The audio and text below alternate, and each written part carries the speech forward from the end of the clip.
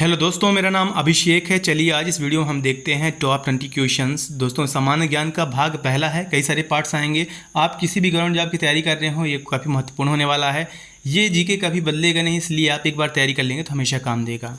देखिए दोस्तों, पहला क्वेश्चन है कि कुतुब मीनार का नाम किस सूफी संत के नाम पर रखा गया। दोस्तों ऑप्शंस हैं, आप अपने से मन में सोच लीजिए। चलिए मैं जल्दी आंसर बता देता हूँ ताकि ये वीडियो काफ़ी लंबी ना हो, ठीक है ना। देखिए दोस्तों, कुतुब मीनार जो है वो दिल्ली में स्थित है। कुतुबुद्दीन ऐबक ने बनवाया था, स्टार्ट करवाया था। और दोस्तों ये जो नाम रखा गया कुतुब मीनार का, ये एक ख्वाजा कुतुबुद्दीन बख्तियार काकी संत रहे हैं, इनके नाम पे ये रखा गया। दोस्तों ये दिल्ली सल्तनत के टाइम पे ये बना था कुतुब मीनार। दूसरा क्वेश्चन है कि भोपाल जामा मस्जिद का निर्माण किसने करवाया था।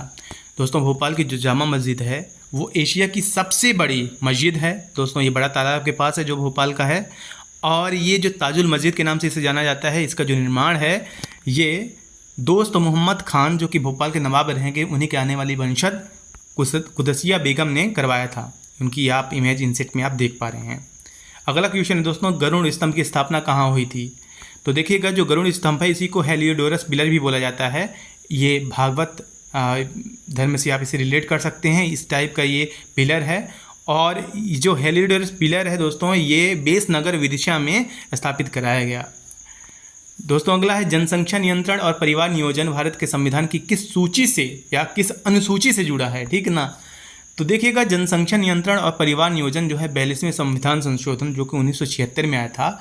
उस टाइम पे भारत के प्रधानमंत्री इंदिरा गांधी जी थी, तो उनके टाइम पे 7वीं अनुसूची में इसे जोड़ा गया और ये इसे इंट्रोड्यूस कराया गया 1976 में, ठीक है ना। और इसे जोड़ा किस में गया, 7वीं अनुसूची में, जनसंख्या नियंत्रण और परिवार नियोजन। दोस्तों अगला जो क्वेश्चन है वो है, सीके नायडू कप निम्नलिखित किस खेल से संबंधित है। तो दोस्तों जो सीके नायडू कप है, सीके नायडू रहे कौन है, वो जो भारतीय टीम के पहले टेस्ट क्रिकेट कैप्टन रहे हैं सीके नायडू जी। उन्हीं के नाम पे एक ट्रॉफी स्टार्ट हुई जो कि अंडर 23 जो प्लेयर्स हैं उनके लिए है, अंडर 23 टीम्स के लिए, और ये जो संबंधित है वो है क्रिकेट से। अगला क्वेश्चन है कि जैव विविधता दिवस कब मनाया जाता है।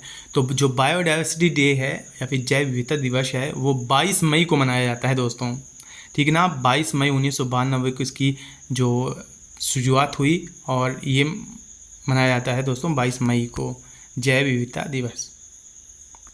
अगला क्वेश्चन है कि ब्लैक होल क्या है। दोस्तों जो ब्लैक होल होता है, जब कोई एक तारा होता है, ठीक है ना, आसमान में आप तारे देख रहे होते हैं, जब कोई तारा डेथ कर जाता है, जब उसकी लाइफ समाप्त हो जाती है, तो वो ब्लैक होल में उसे बोला जाता है, जो कि जो आप इनसे आप पिक्चर देख रहे हैं उस टाइप का रहता है, तो उसे ब्लैक होल नाम दिया जाता है एक मृत तारे को। और यही जो मृत तारा है, इसमें इवन कोई प्रकाश की किरण तक नहीं गुजर सकती, मतलब ये सब कुछ अपने आप में समाहित कर लेता है। ये कॉन्सेप्ट है साइंस का दोस्तों। अगला है, मानव जाति का राष्ट्रीय संग्रहालय कहाँ स्थित एक मानव विज्ञान संग्रहालय है। दोस्तों ये इंदिरा गांधी संग्रहालय इसे बोला जाता है, ठीक है ना। ये भोपाल में है और ये मानव संग्रहालय, मैं यहाँ गया हूँ, श्यामला हिल्स पे है, इसी के पास मेरा रूम था कॉलेज टाइम पे। तो ये बड़ा तालाब के पास ही है, सामने पहाड़ी पे, ये भोपाल में है, ठीक है ना। मानव जाति का राष्ट्रीय संग्रहालय है, मानव विज्ञान संग्रहालय, ये कहाँ है, भोपाल में है। अगला दोस्तों, अजंता और एलोरा की गुफाएं भारत के किस राज्य में स्थित हैं। ये काफ़ी फेमस है दोस्तों, जो अजंता और एलोरा की जो गुफाएं हैं वो आपका महाराष्ट्र में है। ये मेनली बुद्धिस्ट से संबंधित ये केव्स हैं। किस गवर्नर जनरल का संबंध डॉक्ट्रिन ऑफ लैप्स या हड़प नीति से है।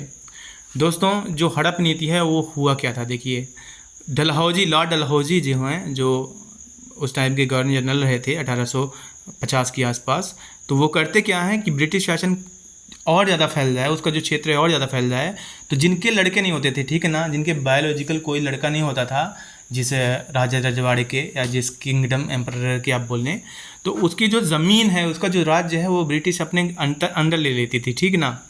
और इसी की वजह से जो 1857 की आप क्रांति देखें तो एक मुख्य रीज़न ये भी है, जो रानी लक्ष्मीबाई वगैरह का आप यहाँ पे लड़ाई देखते हैं, तो यही होता है कि उनके जो बायोलॉजिकल बेटे रहते हैं वो नहीं होते, तो ऐसे में क्या करता है कि हम संरक्षण के तौर पे हम आपको संरक्षण देंगे, वो जो राज्य है अधिग्रहण कर लेता है ब्रिटिश गवर्नमेंट। ये हड़प नीति के तहत रहता है दोस्तों। लॉर्ड डलहौजी इसके क्या रहते हैं, इसके निर्देशक रहते हैं, या फिर इसको लाने वाले लॉर्ड डलहौजी रहते हैं। 11वां दोस्तों, भारतीय संविधान में कुल कितनी अनुसूचियां हैं। तो देखिए दोस्तों टोटल 12 अनुसूचियाँ हैं, ठीक है ना। पहले में देखिए क्या है कि इंडिया जो है उसके टेरिटरीज वगैरह के बारे में है। टोटल आप यहाँ पे पॉज करके स्क्रीनशॉट लेके आप इसे देख भी सकते हैं। मैं सीधा 12th की बात करता हूँ दोस्तों। यहाँ पे क्या है, म्यूनिसिपैलिटीज़ है, ठीक है ना, जो अर्बन लोकल गवर्नमेंट का है, और पंचायती राज है रूरल लोकल गवर्नमेंट का। तो टोटल कितने अनुसूचियाँ हैं, 12 अनुसूचियाँ हैं भारतीय संविधान में। दोस्तों जो अगला क्वेश्चन है वह है अंतर्राष्ट्रीय निशानेबाजी खेल महासंघ ISSF का मुख्यालय कहाँ है। तो अंतर्राष्ट्रीय निशानेबाजी खेल महासंघ इंटरनेशनल शूटिंग स्पोर्ट फेडरेशन, इसका जो हेडक्वार्टर मुख्यालय है वो कहाँ है, जर्मनी में है। 1907 में इसकी स्थापना हुई थी, ठीक है ना। ये शूटिंग कराता है, जर्मनी में है। दोस्तों चटकोरा जो नृत्य है किस जनजाति द्वारा किया जाता है। तो देखिए दोस्तों चटकोरा जो नृत्य है वो किया जाता है मध्य प्रदेश की जो कोरकू जनजाति है, होशंगाबाद के आसपास, होशंगाबाद बैतूल जो सतपुड़ा के रेंज में लगते ज़िले हैं वहाँ पे ये पाया जाता है। चौसा का युद्ध कब लड़ा गया। जो चौसा का युद्ध है वो 1539 में लड़ा गया। और देखिए दोस्तों इसकी इतिहास क्या है कि जो शेर शाह सूरी है, ठीक है ना, इसका ओरिजिनल नाम क्या रहता है, फरीद खान। ये हुमायूं से 26 जून 1539 को चौसा में बिहार में इसकी होती है, जिसमें शेर शाह या फरीद खान क्या होता है, विजयी हो जाता है। दोस्तों अगला क्वेश्चन है यक्षगान नृत्य जो है किस राज्य का है। तो यक्षगान दोस्तों देखिएगा जो कर्नाटका है, कर्नाटका में यक्षगान ये एक नृत्य का टाइप है जो कि आप यहाँ पे इंसेट में देख पा रहे होंगे। ये कर्नाटका का है यक्षगान राज्य नृत्य। भारतीय संविधान के किस अनुच्छेद में चुनाव आयोग के प्रावधान का उल्लेख है। दोस्तों देखिएगा 324 में जो भारतीय संविधान है उसमें चुनाव आयोग के प्रावधान का उल्लेख है। तो ये जो 324 है इसके मुताबिक जो चुनावों का अधीक्षण, निर्देशन और नियंत्रण जो है वो चुनाव आयोग में निहित होगा। अगला क्वेश्चन है भारत की 2011 की जनगणना के अनुसार मध्य प्रदेश की सबसे बड़ी जनजाति कौन सी है। दोस्तों जो मध्य प्रदेश में सबसे ज़्यादा जनजाति है, काफ़ी कंफ्यूजिंग भी है, आप ध्यान दीजिएगा। 2 बड़ी जनजातियां हैं, गोंड भी है, भील भी है। लेकिन 2011 का जो सेंसस है तो जो ट्राइब्स हैं, ठीक है ना, जो भील हैं उनका 37.7% यहाँ पे कंट्रीब्यूशन है, और जो गोंड की पॉपुलेशन है वो 35.6% है मध्य प्रदेश में। मध्य प्रदेश का जो पश्चिमी भाग है, ठीक है ना, जो राजस्थान गुजरात की तरफ है वहाँ पे भील सबसे ज़्यादा पाए जाते हैं, और जो पूर्वी भाग है, ठीक है ना, पूर्वी दक्षिणी भाग, वहाँ पे गोंड कम्युनिटी ज़्यादा पाई जाती है। तो मध्य प्रदेश की सबसे बड़ी जो जनजाति है वो भील जनजाति है। अगला क्वेश्चन है चिपको आंदोलन किससे संबंधित है। देखिए दोस्तों जो चिपको आंदोलन है ये संबंधित है पेड़ों की कटाई को रोकने से। अंधाधुंध जो पेड़ों की कटाई चल रही थी उसके खिलाफ एक मूवमेंट ये जन्म लिया था 1970 के ज़माने में, और जिसमें प्रोटेस्टर्स थे वो पेड़ों से लिपट जा रहे थे कि आप पेड़ों को काटने से पहले आप हमें काटिए। इसकी काफ़ी लंबी कहानी है दोस्तों। अगला है छत्रपति शिवाजी टर्मिनस, पूर्व में विक्टोरिया टर्मिनस कहाँ स्थित है भारत में, ठीक है ना, किस राज्य में। शिवाजी है, आप जान रहे हैं दोस्तों, ये महाराष्ट्र में है। जो छत्रपति शिवाजी टर्मिनस है जिसका पूर्व में नाम विक्टोरिया टर्मिनस रहा है, आप इंसेट आप यहाँ पे देख पाएंगे दोस्तों, ये है महाराष्ट्र में। अगला क्वेश्चन है दोस्तों दिल्ली उच्च न्यायालय की पहली महिला न्यायाधीश कौन थी। तो ये बहुत महत्वपूर्ण है। जो दिल्ली की पहली महिला न्यायाधीश रही हैं वो जस्टिस लीला सेठ रही हैं। ये पहली वीमेन जज रही हैं दिल्ली हाई कोर्ट की।